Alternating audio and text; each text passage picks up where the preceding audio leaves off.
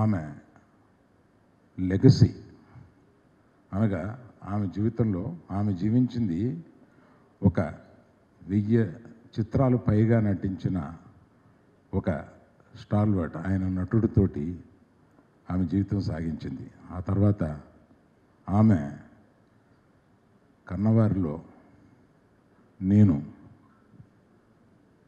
నా గురించి అంతగా మీకు తెలుసు కనుక నేను చెప్పుకోక్కర్లేదు. తర్వాత చిరంజీవి గారు ఒక స్టాల్వర్ట్, ఒక మెగాస్టార్, ఒక గొప్ప మానవతావాది. ఆయనని ఒక అల్లుడుగా పొందగలిగింది ఆవిడ. అల్లుడుగా ఆయనకి ఆమెకి ఉండే సంబంధం కూడా నేను మళ్ళీ చివరిలో చెప్తాను. అటువంటి చిరంజీవి గారు అల్లుడు. తర్వాత ఆమె సొంత మనవళ్ళు, అటు అర్జున్ కానీ ఇటు మన రామ్ చరణ్ కానీ దేశ విదేశాల్లో ప్రఖ్యాతిగాంచిన ఒక నటులు.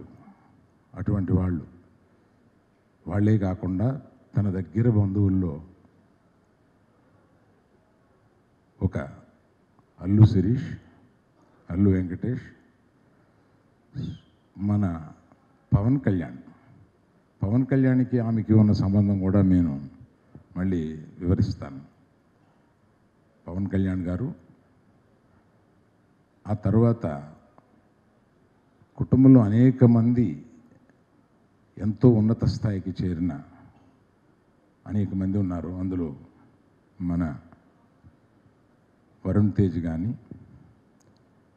మన తేజు కానీ, ఇంకా ఇతర నటీమణులు కానీ ఎంతోమంది, ఇంతమంది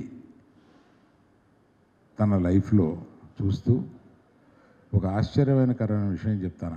ఆమె మనవలు మనవరాళ్ళు కాకుండా ముని మనవలు మనవరాళ్ళు కలిపితే 12 మంది ఉన్నారు. 12 మంది ముని మనవలు మనవరాళ్ళు, గ్రేట్ గ్రాండ్ చిల్డ్రన్లో 10 మంది ఆమె తుది ప్రయాణాన్ని అటెండ్ అవ్వగలిగారు.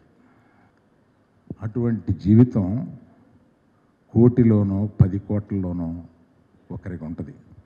అటువంటి ఆమె జీవితం సాగిస్తున్నప్పుడు, జీవితం ముగిస్తున్నప్పుడు ఆ ముగింపుని మనం అందరం దుఃఖభరితం కాకుండా ఆమె ప్రయాణాన్ని మనం, ఆమె మరణాన్ని అంగీకరించి ఆమె ప్రయాణాన్ని ప్రశంసించి ఆమెని ఒక సంతృప్తికరమైన వీడ్కోలుగా మనం చేయాలి అని మా కుటుంబ సభ్యులందరూ నిర్ణయించుకున్నారు.